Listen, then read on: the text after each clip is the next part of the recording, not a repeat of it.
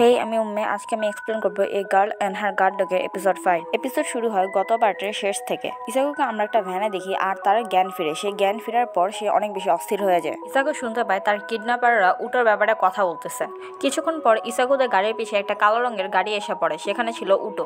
এটা দেখে কিডন্যাপাররা তাদের গাড়ি আরো জোরে চালাতে থাকে। উটোকে দেখানো হয় উটো অনেক বেশি সিরিয়াস হয়ে পিস্তল বের করে আর বলে ওদের সাথে সাথে গাড়ি চালাও। এটা শুনে উটোর ড্রাইভার একবারে ভ্যানের পাশে চলে যায়। কিডন্যাপাররা উটোকে দেখে বলে আপনার কি কিছু লাগবে? উটো অনেক সিরিয়াস হয়ে বলে গাড়ি থামা। কিন্তু তাদের মধ্যে একজন কিডন্যাপার ইসাকুকে বন্দি বানায় ফেলে। সেই কিডন্যাপারটা বলে তুমি যদি এই মেয়েটাকে বাঁচাতে চাও তাহলে আমরা যা বলি তাই করো। উটো অনেক বেশি চিন্তায় পড়ে যায়, কারণ সে ড্রাইভারকে শুটও করতে পারবে না, আবার হাতের উপর হাত রেখে বসেও থাকতে পারবে না। তাই সে গাড়ির দরজার মধ্যে শুট করে। কিডন্যাপার ইসাকুকে বন্দি বানায় ফেলে।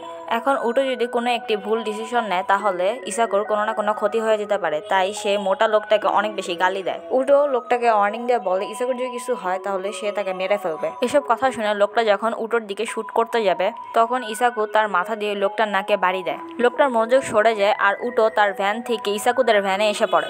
সে লোকটার মুখে অনেক জোরে লাথি দেওয়ার কারণে ড্রাইভারের মনোযোগ সরে যায়। ড্রাইভার যখন সামনের দিকে তাকায় তখন দেখে তাদের গাড়ি অলরেডি খাদের মধ্যে পড়ে যাচ্ছে।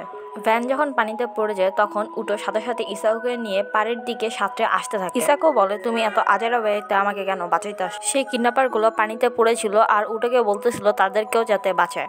উটো ইসাকুকে বলে আমরা এখানে না থেকে চলো বিচের অন্য পাশে যাই। আমরা দেখি ইসাকু একটা জায়গায় বসে আছে আর সেখানকার পরিবেশ অনেক বেশি সুন্দর ছিল। পিছন থেকে উটো এসে ইসাকুকে হাক করে আর বলে তুমি আজকে অনেক বেশি সাহসিকতা দেখাইছো, যা আমাকে সত্যি অবাক করে দিছে। তুমি যখন কিডন্যাপ হয়েছো তখন আমার অনেক বেশি চিন্তা হয়েছিল, আমার নিজের থেকেও। ইসাকু ভাবতে থাকে যখন এখানে উটোর ব্যাপার আসে তখনই আমার ভয় সাথে সাথে শেষ হয়ে গেছিল। আমি ওকে বাঁচানোর জন্য একেবারেই প্রস্তুত ছিলাম। আমি চাইনি যে ওর গায়ে কোনো একটা স্ক্র্যাচ পর্যন্ত পড়ুক। এখানে কোনো সন্দেহ নেই যে আজকে আমাকে উটোই বাঁচাইছে, কিন্তু আমিও ওকে বাঁচানোর জন্য একেবারেই প্রস্তুত ছিলাম। আমি ওটাকে অনেক বেশি ভালোবাসি, কিন্তু আমাদের ভালোবাসার কোনো ফিউচার নেই, তাও আমি ওটাকে অনেক ভালোবাসি। এরপর ইসাকু ওটাকে হাত করে আর কান্না করতে থাকে। ইসাকু ওটাকে বলে যে তুমি যে আমার জন্য এত কিছু করো, আমার মনে হয় একদিন আমি তোমাকে হারাই ফেলবো। আমি কখনোই চাই না তুমি আমার আগে মরো। এরপর তারা দুজন পিঙ্কি প্রমিস করে। এরপর ইসাকু আর উটো যখন তাদের ক্যাম্পের মধ্যে পৌঁছায় তখন টিচার ওদেরকে অনেক বেশি বকা দেয় আর বলে তোমরা দুইজন তো ক্লাস ক্যাপ্টেন, কিন্তু তারপরও তোমরা এত বেশি বেখেয়াল কেন? তোমরা এতক্ষণ করেছিল, আজকে তোমরা ক্যাম্প ফায়ার দেখতে পারবে না, তোমরা এখানে বসে অ্যাপোলজি লেটার লেখো। এটা শুনে ইসাকুর অনেক বেশি মন খারাপ হয়, কারণ সে আজকে সত্যি ক্যাম্প ফায়ার দেখতে চাইছিল। তার মন খারাপের ব্যাপারটাও উটো নোটিস করে। ইসাকু এবারের মতো ক্যাম্প ফায়ার উপভোগ করতে পারে না আর আজকে ওদের ব্রেক শেষ হয়ে যায়। এরপর ইয়াকুজা হাউসের দৃশ্য দেখানো হয়। আমরা দেখি ইসাকু সেখানে মার্শাল আর্ট প্র্যাকটিস করতেছিল। ইসাকু উটোকে বলে তুমি কি সামার ব্রেকের এসডব্লিউ গুলো করছো? উটো বলে আমি এগুলো করবো না যতক্ষণ পর্যন্ত না তুমি আমাকে কোনো পুরস্কার দিচ্ছ। ইসাকু এমনটা করতে চাইতেছিল না, কিন্তু তারপরও তার উটোর কথা শুনতে হয়।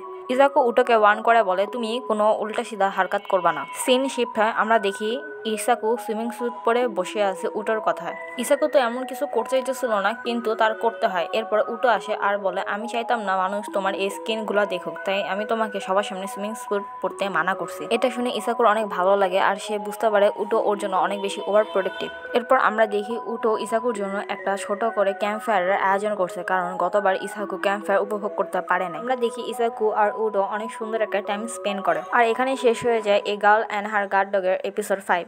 আই হোপ গাইজ তোমাদের এটা অনেক বেশি ভালো লাগছে।